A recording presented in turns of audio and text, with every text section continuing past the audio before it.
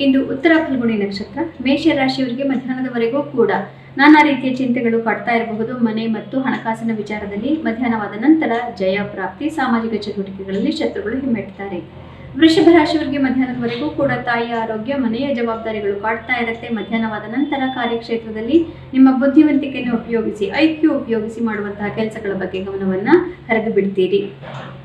ಮಧ್ಯಾಹ್ನದವರೆಗೂ ಕೂಡ ಮಿಥುನ ರಾಶಿಯವರಿಗೆ ಇಂದು ಉತ್ತಮವಾದಂತಹ ದಿವಸ. ನಿಮ್ಮ ಎಲ್ಲ ಚಟುವಟಿಕೆಗಳಲ್ಲಿ ಮನಸ್ಸಿಗೆ ನೆಮ್ಮದಿ ಪ್ರಾಪ್ತಿ. ಮಧ್ಯಾಹ್ನವಾದ ನಂತರ ಸ್ವಲ್ಪ ತಾಯಿಯ ಆರೋಗ್ಯ, ಮನೆಯ ವಿಚಾರಗಳ ಬಗ್ಗೆ ಗಮನವನ್ನ ಕೊಡಬೇಕಾಗತ್ತೆ. ಕರ್ಕ ರಾಶಿಯವರಿಗೆ ಮಧ್ಯಾಹ್ನದವರೆಗೂ ಕೂಡ ಸಂಸಾರದ ವಿಚಾರಗಳಲ್ಲಿ ಮನಸ್ಸಿಗೆ ಸ್ವಲ್ಪ ಕ್ಲೇಶ ಇರುತ್ತೆ. ಮಧ್ಯಾಹ್ನವಾದ ನಂತರ ಬಂಧು ಮಿತ್ರರ ಸಮಾಗಮದಿಂದ ಎಲ್ಲ ಯೋಚನೆಗಳಿಗೂ ನಿಮಗೆ ಪರಿಹಾರ ಪ್ರಾಪ್ತಿಯಾಗುತ್ತೆ.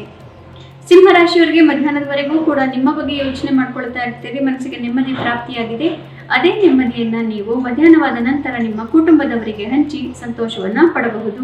ಕನ್ಯಾ ರಾಶಿಯವರಿಗೆ ಮಧ್ಯಾಹ್ನದವರೆಗೂ ಕೂಡ ಸ್ವಲ್ಪ ಕ್ಲಿಷ್ಟಕರವಾದಂತಹ ದಿವಸ. ಮುಖ್ಯ ನಿರ್ಧಾರಗಳಲ್ಲಿ ನಿಮ್ಮ ಪರವಾಗಿ ಏನೂ ನಡೀತಾ ಇರೋದಿಲ್ಲ.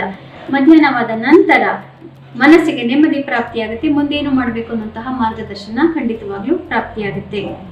ತುಲಾ ರಾಶಿಯವರಿಗೆ ಮಧ್ಯಾಹ್ನದವರೆಗೂ ಕೂಡ ಸ್ವಲ್ಪ ಕ್ಲಿಷ್ಟಕರವಾದಂತಹ ದಿವಸ. ಆದರೂ ಕೂಡ ನೀವು ಮಿತ್ರರ ಸಹಕಾರದಿಂದ ಎಲ್ಲವನ್ನು ಗೆದ್ದುಕೊಳ್ತೀರಿ. ಮಧ್ಯಾಹ್ನವಾದ ನಂತರ ಮುಖ್ಯ ನಿರ್ಧಾರಗಳು ಯಾವುದು ಬೇಡ, ಮಿತ್ರರ ಸಹಕಾರವನ್ನ ಕಳ್ಕೊಳ್ಳುವಂತಹ ಸಾಧ್ಯತೆಗಳು ಜಾಸ್ತಿ ಇರುತ್ತೆ. ವೃಶ್ಚಿಕ ರಾಶಿಯವರಿಗೆ ಮಧ್ಯಾಹ್ನದವರೆಗೂ ಕೂಡ ಅನೇಕ ರೀತಿಯಲ್ಲಿ ಕಾರ್ಯಕ್ಷೇತ್ರದ ಜವಾಬ್ದಾರಿಗಳಿರುತ್ತೆ. ಮಧ್ಯಾಹ್ನವಾದ ನಂತರ ಇಷ್ಟಾರ್ಥ ಸಿದ್ಧಿ, ಮನಸ್ಸಿಗೆ ನೆಮ್ಮದಿ, ಮಿತ್ರರಿಂದ ಧನಾಗಮದ ಸೂಚನೆಗಳು ಪ್ರಾಪ್ತಿ.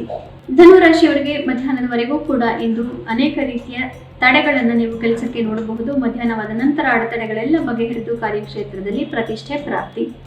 ಮಕರ ರಾಶಿಯವರಿಗೆ ಮಧ್ಯಾಹ್ನದವರೆಗೂ ಕೂಡ ಮನಸ್ಸಿಗೆ ಕ್ಲೇಶ ಕಾಣುತ್ತಾ ಇದೆ. ಮಧ್ಯಾಹ್ನವಾದ ನಂತರ ಭಾಗ್ಯೋದಯವಾಗುತ್ತೆ.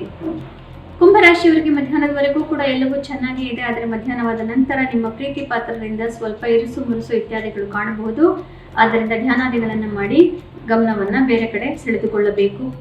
ಮೀನ ರಾಶಿಯವರಿಗೆ ಇಂದು ಮಧ್ಯಾಹ್ನದವರೆಗೂ, ಮಧ್ಯಾಹ್ನವಾದ ಮೇಲೂ ಕೂಡ ಉತ್ತಮವಾದಂತಹ ದಿವಸ. ಎಲ್ಲ ಕಡೆಯಿಂದ ಸಹಕಾರ ಪ್ರಾಪ್ತಿ. ಪುನಃ ನಾಳೆ ಭೇಟಿಯಾಗೋಣ. ಅಲ್ಲಿವರೆಗೂ ಗೀತಾ ಶ್ಲೋಕಗಳ ಶ್ರವಣ, ಪಠಣ, ಮನನ, ಲೇಖನ ಯಾವುದನ್ನು ಮಾಡಿದ್ರೂ ಕೂಡ ಜನ್ಮಾಂತರದ ಪಾಪಗಳು ಪರಿಹಾರವಾಗುತ್ತೆ. ಶುಭಮಸ್ತು. ಶ್ರೀಕೃಷ್ಣ ವಿಜಯತೆ.